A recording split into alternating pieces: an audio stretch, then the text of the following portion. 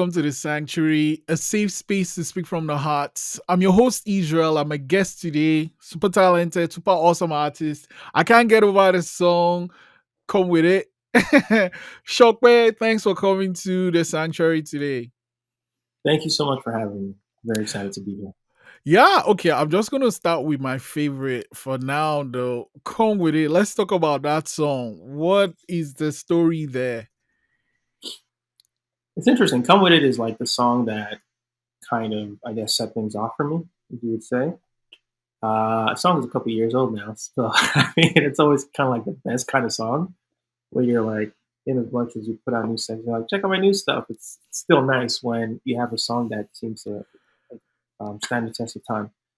So Come With It is really a song that was documenting where my mind was at the time. So not long after that, I had just come out of a 4 year on and off relationship that didn't end the way I wanted it to end. And so the song was really just came out of a place of vulnerability where I was now in conversation with another woman, and I was pretty much just saying, "Hey, listen, like I just came off this thing, you feel me? I wasn't looking for this other thing, but it kind of popped up. And so if I'm going to commit to this, if I'm going to try to put myself in this, then I need you to come with it. I need you to come with loyalty. I need you to come with commitment. I need you to come with grace, of course, come with humility, and just come with it. You know what I'm saying? So that maybe we can like make this whole situation work out. And so that was what the record was about. And it did what it did. You get what I'm It saying? I did. guess The song is crazy. CBC. You won that competition. How was that experience? that was a phenomenal experience. Like it's a gift that keeps on giving, as it were, right? So out of that, so many new opportunities came, so many new relationships came.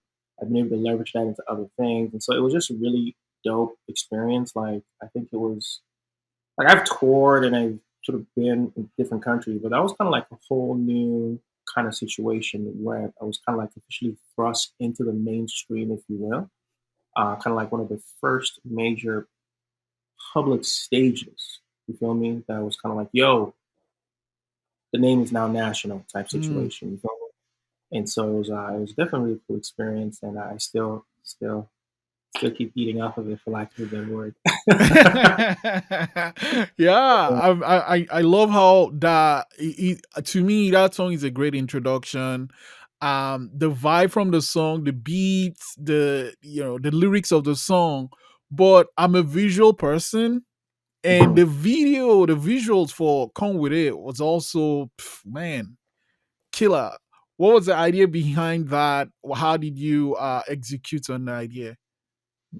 um, so the as with all of the music I'm making now, I just wanted to show the beauty of African culture. You feel me? I wanted to show the beauty of our women in a way that wasn't misogynistic, in a way that wasn't like just making them out as objects. You feel me? And so that's why in the video there's just heavy Afro prints, dancing, beauty, joy, fun, cast against a white backdrop. Because what I wanted to do was I wanted to like almost create like a sharp contrast between the colors and vibrancy of our culture. Mm, And so it's very important that it kind of be set against a white backdrop because there's that serenity to it, but there's also that pop and that contrast. You feel me? mm. And so it was very important for me to show our African heritage, our people having a good time in a way that wasn't objectifying and whatnot. So I think we achieved that with the record F-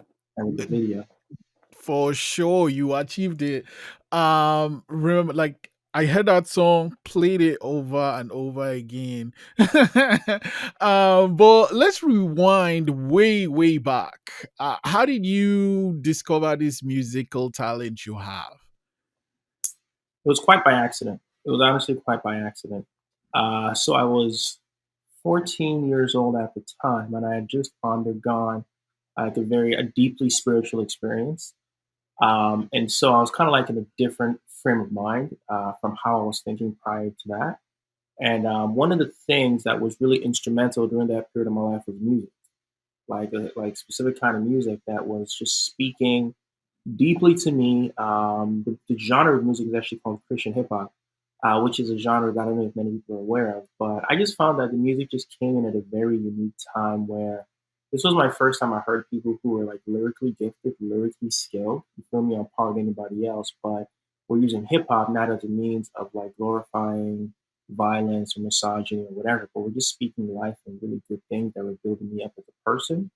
And it was just doing such a work in me that I don't know. I guess I wasn't. They weren't making it as quickly as I was consuming it. So I thought I just had this quite a random idea. Like, man, I wonder if I can do this thing because I just love it so much, and there isn't enough of it for me to consume.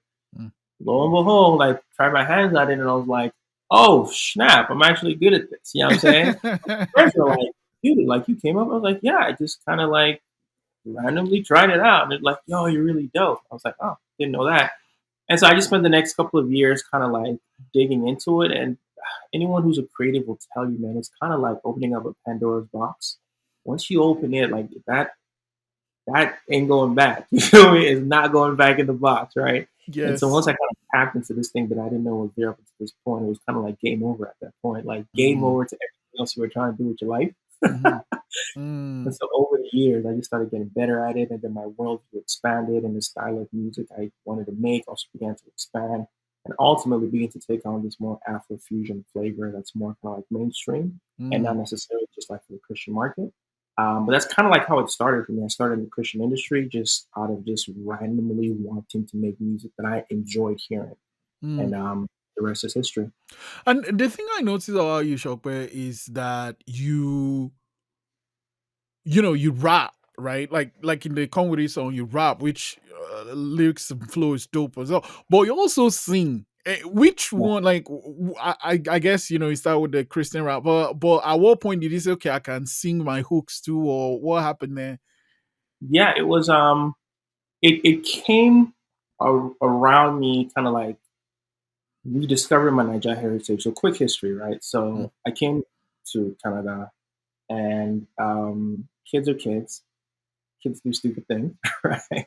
And so I spent many years kind of being teased about my Africanness and the poor African kid. Everything you think kids can say to each other, I got it all right. And so Mm. that resulted in me for many years not really valuing my Niger heritage, my Nigerian side. And I was quick to assimilate and quick to become just like a Toronto boy, right?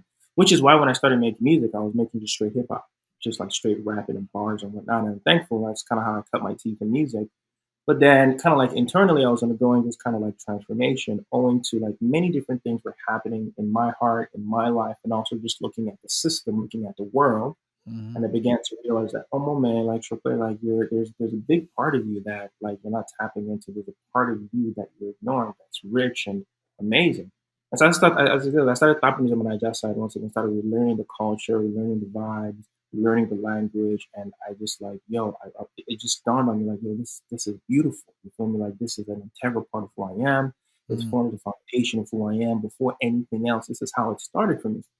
And my Mm. music has always been a reflection of where I am at that season of life. I just try to make honest music. And so naturally, as I began to become more Niger, if you will, or reconnect more with my Niger side, that started to come out into my music. And then I don't know, just as a creative, I'm like, let me try one or two things here, right? Yeah. And so it's interesting because 2018 was kind of like 2017, 2018 was when I first kind of like playing with melody a little bit. Feel me? Mm.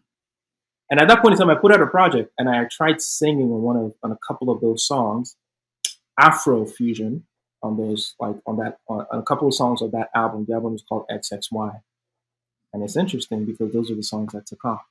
You get what I'm saying? And so it was a fortunate again, kind of like a fortunate not accident, but a fortunate incident whereby I was trying to create something new Mm. that was also that was creatively new for me, but also true to who I am as a person. You feel me? Mm. And up until that point, I had tried kind of like straight crunk hip hop. I had tried jazz hip hop. I had tried straight R&B. I had tried so many different things, Mhm. and I just created this thing that was really true to what I was going to, and where my mind was going in the Afrofusion that would blend melody and singing and rap. And that's what the marketplace said we love the most from you.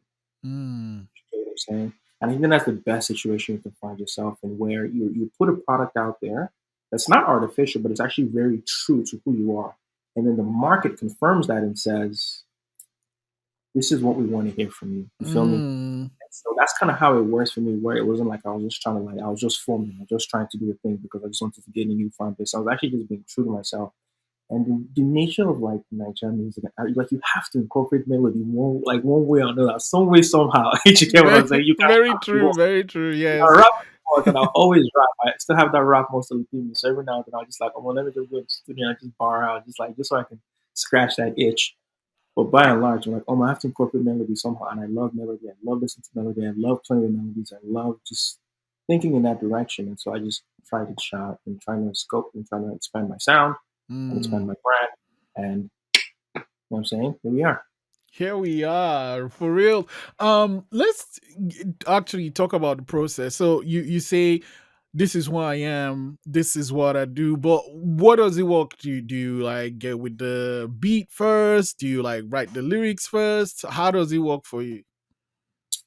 Generally now, for the most part, I kind of let the beat decide for me, right? So before, maybe I would just like write bars first and then try to put it to music. But now I just find like the music has a vibe. You know what I'm saying? The music almost has like a feel to it. I mean, a lot of times the music will tell you where to go. You know what I'm saying? Every now and then, as I'm living life or I'm going right there, I'll just have like a kind of like just a quick little idea or melody or quick little like snippet. And I like what I'll do is I'll just run to my phone and just record that audio melody or just put those few lines down and then I'll kind of like leave it. So I have a note of like random rhymes that are just like all there or Mm, melodies.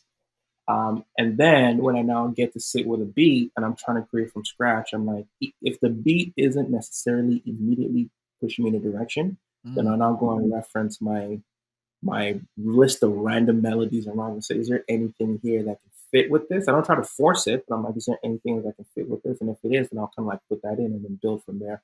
But for mhm. the most part, the music just kind of like okay, like you know what I'm saying? Like what's the vibe I'm getting? What's the energy I'm getting? What's the feel I'm getting from this music? Yep, And then you kind yep. of go in that direction.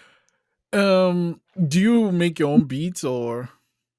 I started playing around with making beats, but for the most part, I like in terms of I'm more executive produce where I work with producers. I'm like, add this, take this away. But and I've played around with producing on my own, but I Mhm. haven't produced like fully produced anything that I've been on. I've been more like executive produced those Yeah, songs. let's talk about that though, because you have a certain vibe, you have a certain flow, you have a certain musical quality or tone that you want to hear, and there are so many talented producers out there. How do you pick which ones you work with? Man, it's that's actually tough, right? I have some people who I've been working with for years, so they kind of Ah, always get first dibs kind of thing. If I need something, I just be like, "Yo, do you have anything lying around, or can you create something in this?" I'm also kind of fortunate as well, where I guess owing to my success thus far, people are sending me stuff all the time. So I literally have like a folder of like almost like 50 beats that I need to get to. And I've been telling man, oh my bros, I beg man, forgive me, I'm getting to them, I'm writing the songs. So I've got like so many songs, so many right. pieces. So I'm like, yo, I like this, I like this, I like this. I beg, don't give this to anybody else. So. And then like one month later, you're like, all right, I'm ready. Like, where's the song? And I'm like, shoot, man, I'm working on it. I'm working on it. I just gotta get to like, the other 49. So Right. it really comes down to I think a good producer um, will study the artist, listen to their music, and get a sense for what their sound is. You know what I'm saying? Mm, And so for me, I'm very open to working with anyone. The question is like, are you creating something that just fits my style? You feel you feel what I'm saying? And if you want to know what my style is, just listen to my music. And are mm. you also easy to work with? You know what I'm saying? Are you cool to work with? If you're, oh, I need this and that and that and that, and that, and then it's just not going to work because so much of this industry is flexibility and whatnot, right? And so I ultimately decide who to work with by like, is there a working chemistry there? Are you cool peoples? And if you are, then yeah, let's definitely get it in. And then I just try to write songs efficiently. Hmm. Yeah, no. So we'll jump back to the music, but I guess kind of in the same realm. Congrats on winning the SoCan's Black Canadian Music Awards. Mhm. How did that happen and how's it been so far? that's like that was amazing, man, because it's again, it's like it's another national stage. You get what I'm saying? And I'm always so grateful for these things because everybody has a fair measure of self doubt and fear and imposter syndrome. You get what Mm. I'm saying? Like, especially as a creative, man, it's such an interesting field because you literally go through these peaks and valleys consistently, and it's not a great way to live, but it just comes with the territory. Where you're like, Mm. yo, I'm fire, man. I'm the best in the world. Nobody could do this like I do it. And the next year, like, oh my god, I'm complete crap. You know what? Yes. I'm garbage. I need to quit. I've Yes. lost a gift. You get Yes. what I'm Yes. saying? Yes. Yes. And we all go through it, and Mm. we still keep trying to push. But what's interesting is that things like like the SOCAN and the Sirius XM thing, what they do is just it just kind of gives you that additional external confirmation, which you try not to depend on because then that can become very like draining on your mental health. You're constantly waiting on other people to affirm you. Mm. So that said, like in as much as you do need a measure of like internal fortitude and like, got this, I'm gonna do it, it's still very nice to get that external affirmation where people in the industry, they're not your friends, they're not your mom, they're not your auntie. You know what I'm saying they owe you nothing. Mm-hmm. On an objective level, can listen to your music, compare it to the marketplace of all of the top tier, like top level performers, and say, like, yeah, you know what I'm saying, you have a seat at the table. You know what I'm saying? You're Mm. in the ring, as it were. I'm like, I already knew that. I already knew I'm as dope as all these guys right here. All these guys and girls. Thank you for agreeing with me. Yeah. That's really what it does. It's just kind of like, Yeah. yeah, I'm on the right path. You know what I'm saying? I'm doing the right thing. I made the right choice. So let's Mm. just keep going. Let's just stay consistent with it. Man, and that's the thing again. Being an artist or creative these days, social media is really important. How do you approach it? I'll be very honest with you. I hate social media. I hate it, bro. I hate it. Like, I'm not even gonna like front. I do it because it's part of the job, but I don't like it. Right. You know what I'm saying? So like there are people, I'm not saying it's bad. I'm just saying I don't like it. You get what I'm saying? So the way I think about it is this, right?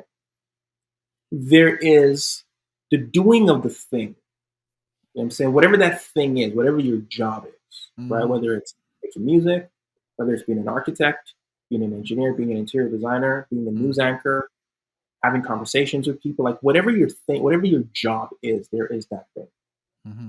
What social media has now done is that social media has now created an additional whole other career, a whole other career that you now have to attach on top of the actual doing of the thing. Yes. What's the other career? Content creation. Right. Now, it's not just enough for me to go and build that house, which already takes all of my attention and all of my focus. Now I have to create the documentary about how I built that house. You get what I'm saying? Now I don't just have to worry about finding the right producers and working with great songwriters. Now I'm sitting and creating great songs and then sourcing out a good videographer and then creating a masterful video and then putting out the product in the marketplace. It's not enough for Mhm. me to just make the music and videos or the clothing anymore to source out the right manufacturers and the right shipping and the right put the right. Now I have to document how I did all of this stuff as well. Like you feel me? It's like a career on top of another career. And I'm like, man, I'm tired. You know what I'm saying? Now, granted, there are people who excel at that stuff. You know what I'm saying? And I Mm, can do it. Like I can do it if I have to. I just don't like doing it. And I have no mm, problem saying that now. You know what I'm saying? For a while, I feel as though if I say that, like people won't follow me or people won't like me anymore. But I'm like, honestly, I prefer to do the thing. If I had a choice, I would focus on making the music, making mm, the content, making the videos, like the bombest ass things in the world, and I could care less about documenting all that process. However, mm. I have to do it now, so I'm doing it. You know what I'm saying? What I would love would be to grow the brand, grow everything to a level where I can just have somebody follow me around everything and be like, Benny, I bet this is your job, create the content. I'll give my inputs, but please. Yeah, but you know what? I gotta say, with the trajectory you're going, I don't see that taking too long to happen. Because, in fact, at the back of my mind, I thought you had someone that was taking care of that. So It's a finding out natural. that yeah, finding out that you're doing that yourself is actually, and still creating the amazing uh Right. body of work you create, it's mind blowing. I can't even imagine it. It's Um, right. A bit let's of talk both. about the last 2 years. COVID. You're an artist, and you make your music. It's going to concerts, it's the shows that adds to your income and stuff. How was that? How did you handle COVID in the last 2 years? I was. It's been interesting. Like good, but also kind of challenging, right? So the first year of COVID was kind of okay because I had some things secured in the bag, thankfully, before the world shut down. I had some commitments, just like let's to talk only on the financial level, you feel me? I definitely did take some losses, everybody did, because some Mhm. shows were canceled. But it was also good because I had already secured some things that even when the world shut down kind of came in later on. So I was like, okay, I mean, I'm still making this money. I don't actually have to go and leave my house. Okay, that's good. That's fine. You know what I'm saying? I missed the engagement part. I missed Right. the interaction. I missed the live show. And I did a few like live shows here and there, but it's just not the same. Not live shows, Mm. virtual shows, but it's not the same because you feed off the people's energy, right? Yep. And Yep. so I missed that part. Um, the parts that I missed, and put it this way, the parts that I missed were like the physical engagement of interacting with fans in a Mm. real like face to face body language, Mm.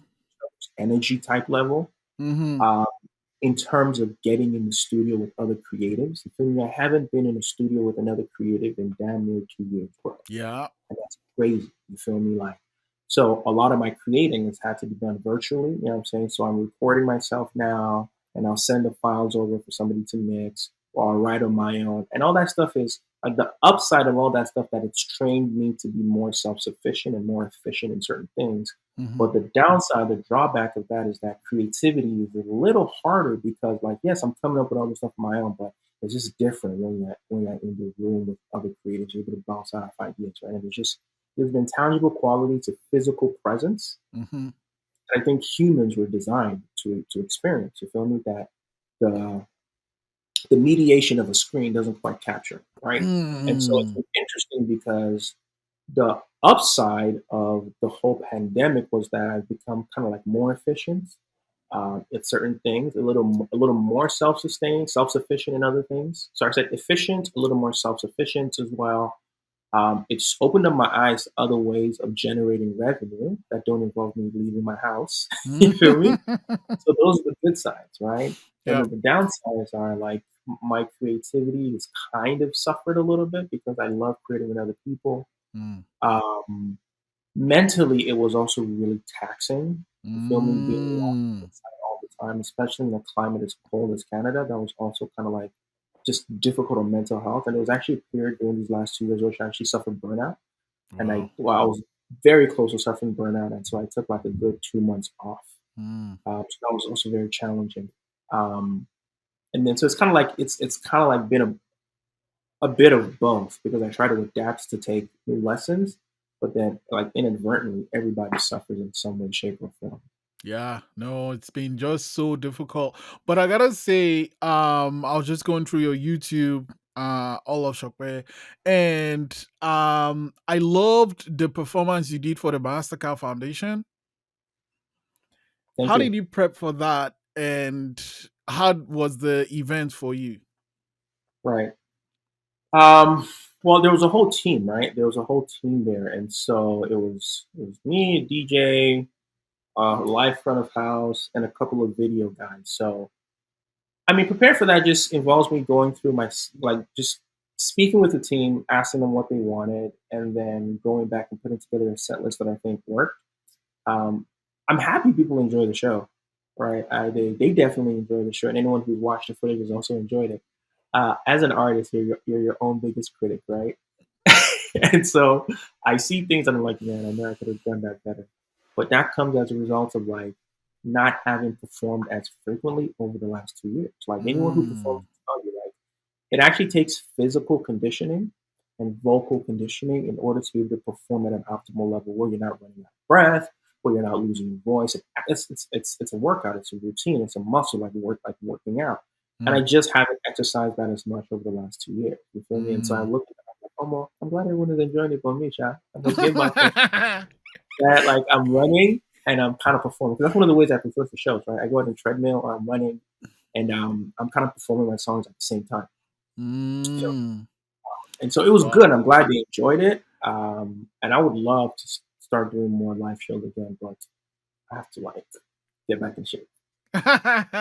So, I mean, I'm not sure what's going on in Toronto, but things are opening up here in the East Coast, and people are having events, and not that COVID is gone, but life has kind of opened. Is it the same over there? And are you looking forward to doing some shows? Yeah. So interestingly, I mean, I'm not even in Toronto right now. Oh wow, where are you? I'm in Atlanta right now. But Oh, I'm in Atlanta. But what I do know of the city is that the city is opening up. Um, how long it'll remain that way is anybody's ah, guess, is what I'll say. hmm, So I'm glad the city's opening up, and I think people are slowly starting to get back to events. It all depends on like individual promoters and people's comfort levels. It definitely isn't roaring back like it was before, but hmm, there are few events here and there. But there's still like virtual events happening, which is kind of interesting because everything's mm, open, but so choosing to have virtual events. So I don't think it's completely life back to normal. I don't think there's ever going to be a normal again. I think it's going to be a hmm, new normal, but I don't like things definitely haven't picked up as much as they were before. yeah, Time will tell to see if, in fact, it does get back to that level or mm, close to that level. mm, And if it does, and there's an opportunity for me to perform in the city, then and I can do it, I can make it, then of course I'd love to be a part of that. Man, I miss performing for people. Like mm, I miss the live show, bro. Like it's yeah. so different. It's It so is. different. It is. Just Yeah. you miss that, like you said, that connection you have with the crowd. Yeah, like it's an intangible thing. You feed off their energy, you feed off your energy, and you just go in. Mm. But we'll get Are back in. you working on a project? Is that why you're in Atlanta now? Yeah, of course, I'm always working on a project. Yeah, I'm in Atlanta to meet new people, have new conversations, and grow the whole thing. That's as much as I can say right now. But Fair yes, enough. But can yes, you give yes, us like, should we expect something in X number of months, or is a yeah. new So album coming up, or something you can share? I'm working on a project. I'm working on an EP. I will say that much. Mm, Um, Most of the songs are complete. It's just a matter of if I want to add more songs to it. It's a short EP, mm, but I'm contemplating adding more songs. I'm still fiddling around with it, right? They always say like I heard mm. somewhere that no project is ever complete. You just decide to stop working on it. No, I was actually going to ask you that. At what point do you say, "Okay, it's done now"? There is no hard and fast rule to it. It's just like how am I feeling?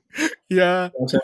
Like, okay, this song is good. This song, these ones can go together. Do I want to add more? Do I want to take some away? Mm, And at some point, you're like, okay, like I have to stop working on this because it's so mm, subjective, right? There's no like again, it's not like building a house where we have a foundation, we have windows, we have doors, we have roof. You actually have a checklist of things. You say all these things are done great. It's like creativity is this amorphous, undefined thing that you don't really know when you're done until you know you feel it, right? And mm, so it's kind of like that where I am working on new music, of course, new videos as well, and new projects that kind of like mix music, fashion, and Web3. I don't know if you know Web3. That's like NFTs and yep. crypto like that for the world.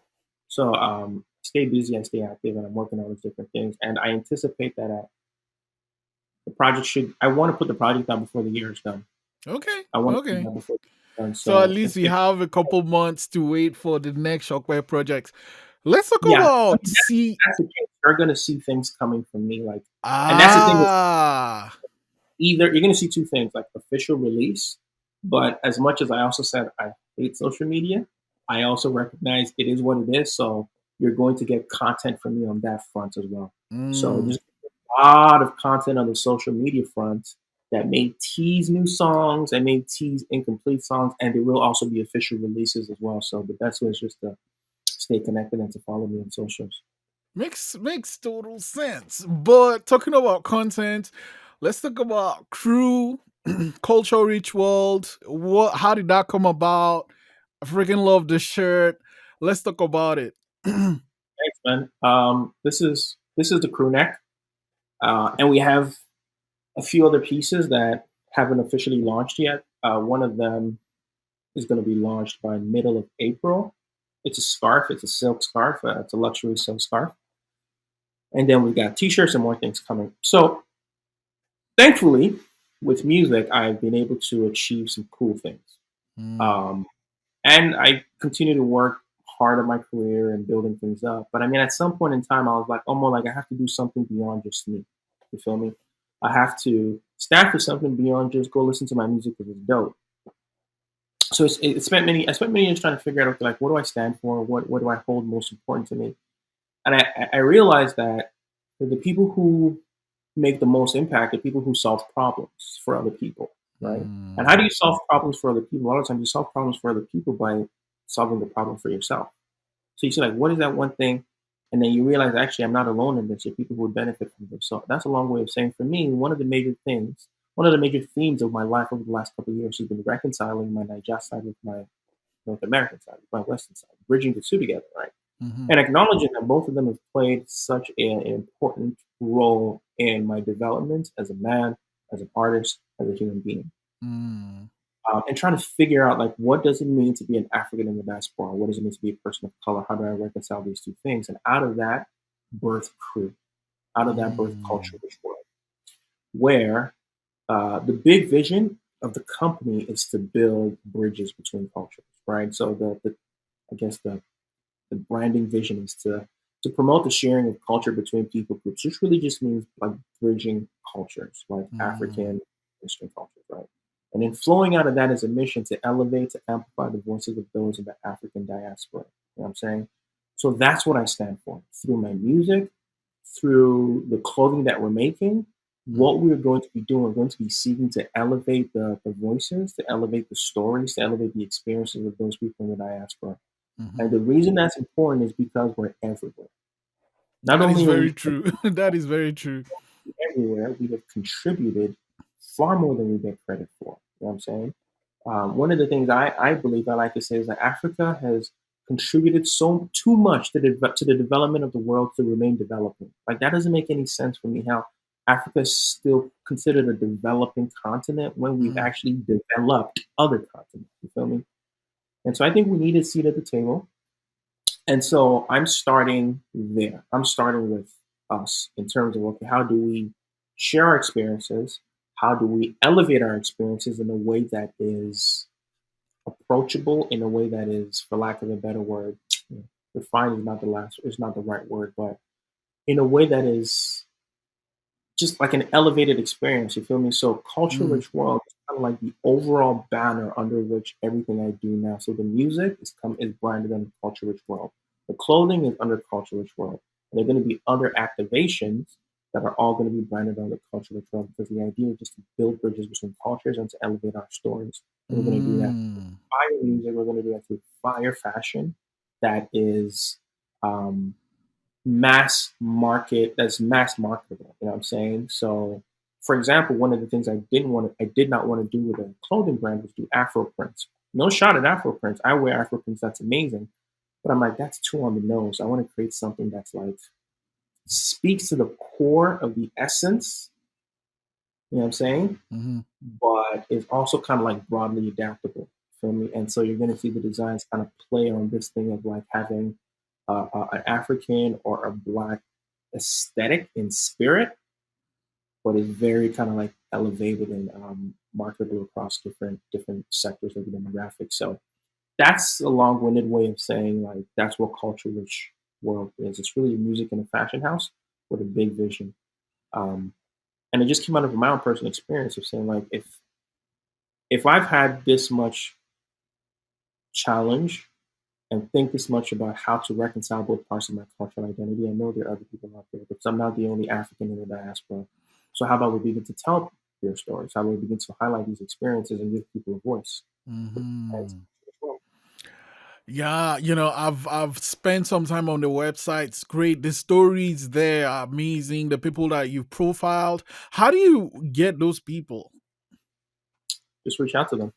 We do a lot Mm, of no, we just do a lot of sleuthing on Instagram, on the internet. Like we know the kind of people we're trying to highlight. We're trying to highlight people who are themselves from like diverse backgrounds. You feel me? mm, Again, initially we're starting with people who are African and something else, but that's not to say we're only going to do that. We're going to also highlight people who just are a blend of different cultures because it's a culture-rich world, right? yeah, it is. And we just kind of like look for these type of people who fit the demographic. We explore their kind of like their online personality, and if there's Mm. something in there that we get us, maybe like we'll even love to like chat with you. Um, Hey, I'm open. but actually be phenomenal as I think about it now. If we think there's something, everybody has something interesting about their story, but basically, if we see something that we like that appeals to us, we're like, yeah, I think this is a story worth telling, right? Mm. And then, we'll amplify that. And one of Oh, the things I should even say this right now. One of the things that we're now going to be doing secondarily, in addition to that, is that um, you see how on the website it's these stories from the culture of different people. Every now and then, I'm personally going to find a couple of those people and then kind of like go more in depth with them. Where my person, like me and the other person, will get on like an interview like this. Maybe it's an IG live or something, mm, and they just have that conversation because there are these stories which I'm like, "All right, I can't capture everything in this like we can't capture everything in this like article format in these questions, but there's mhm. a lot here that we can kind of tease out, right? And I'm really excited Yes. to hear certain people's stories. So the next iteration of stories from the culture, Mm. as that continues, will be to now like take that the next step further and begin to have live dialogue with some of these people, which I'm really excited for. And we're going to hopefully launch that in the coming months. Okay, I'm not. I have. It's so many things to talk about culture ritual. Well, one thing I need to touch on is the design on the shirt. I can't get my mind. Like it's so striking. The Right, color, it's rich, and it's like, oh my gosh, how did where did this come from? right. Again, culture rich world. Very intentional with who we choose to partner with, and very intentional with how we choose to work. And so I partnered with a friend of mine. He's a Nigerian, and he's in PEI. Funny enough, like which he's in Prince Edward Island, but his name is Nii Adeogun, and he's an amazing visual artist, bro, amazing graphic designer. And so when I was looking to launch the brand, I'm like, okay, I need to find someone who whose visual aesthetic matches the soul of the brand. Mm, Right. And remember what I said about wanting to create a brand that kind of communicated an elevated experience that kind of spoke to the soul of the diaspora without it being too on the like nose. obvious. Do you get what I'm Mm-hmm. saying? And again, there's nothing wrong with the obvious. That's a part of the tapestry of African creativity. Mm-hmm. And he came to mind because whenever I visited his profile, I'm like, it's very hard for me to articulate it, but you visually capture it.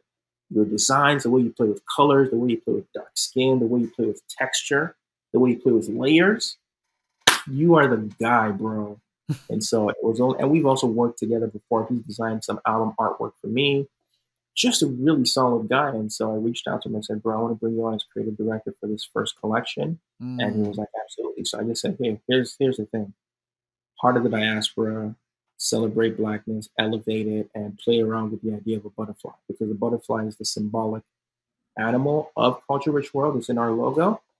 And after a couple of iterations, this is what he came up with. I picked the color for the crew neck because I just had a feeling like this kind of like a rustic thing would look really well. And he came up with the design, and I saw it, and I was like, "This is why I reached out to you, man. That's This it. is, That's it. this is why, because you just get it. You feel me?" And so he came up with this design, and with the two other designs which are going to be debuted later on this year. The scarf, that's oh my gosh, when you see the scarf, bro, you're gonna be like, you're gonna lose your mind, bro. You're like, and he designed this. And then there's also a t-shirt design that's coming later.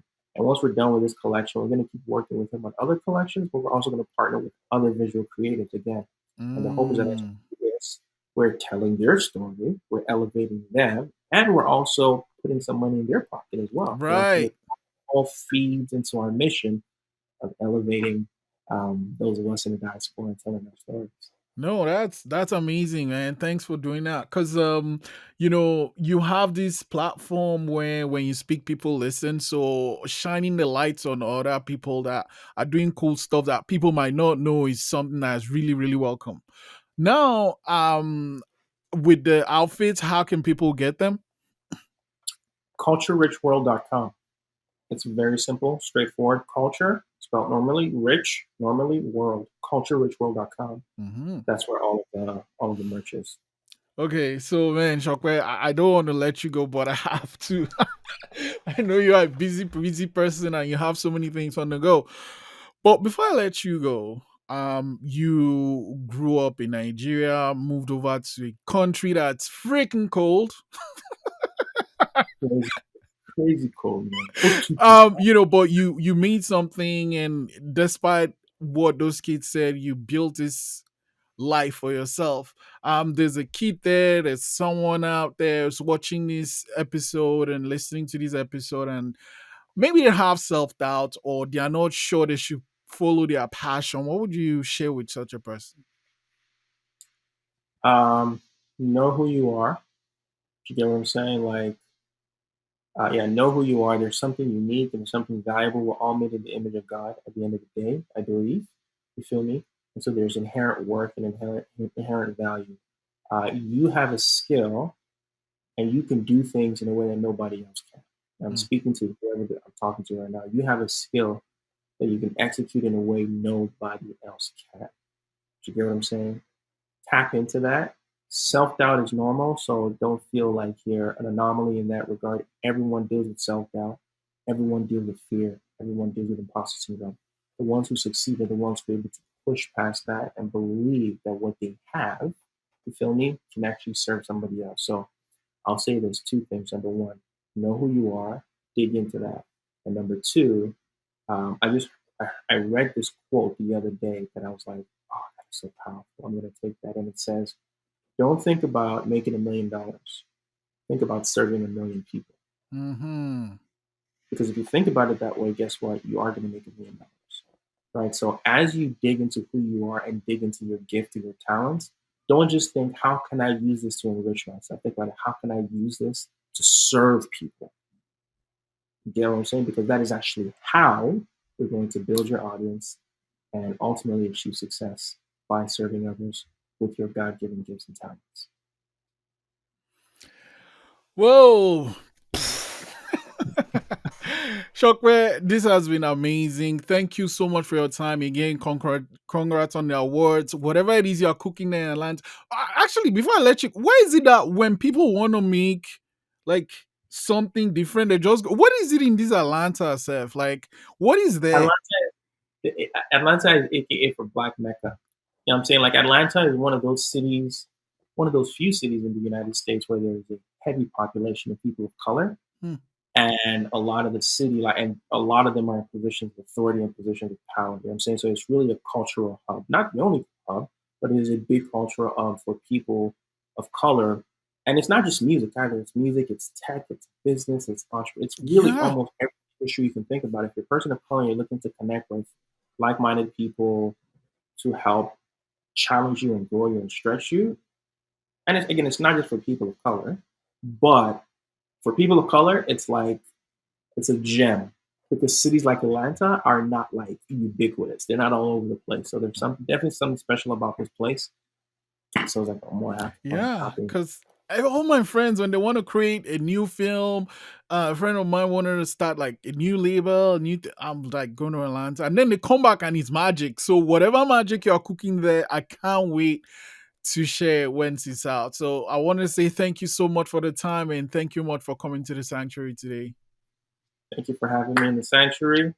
Appreciate it. Baba God arrange this, yo. Baby, please don't leave me, yo. Oh, come past my way, come past my town.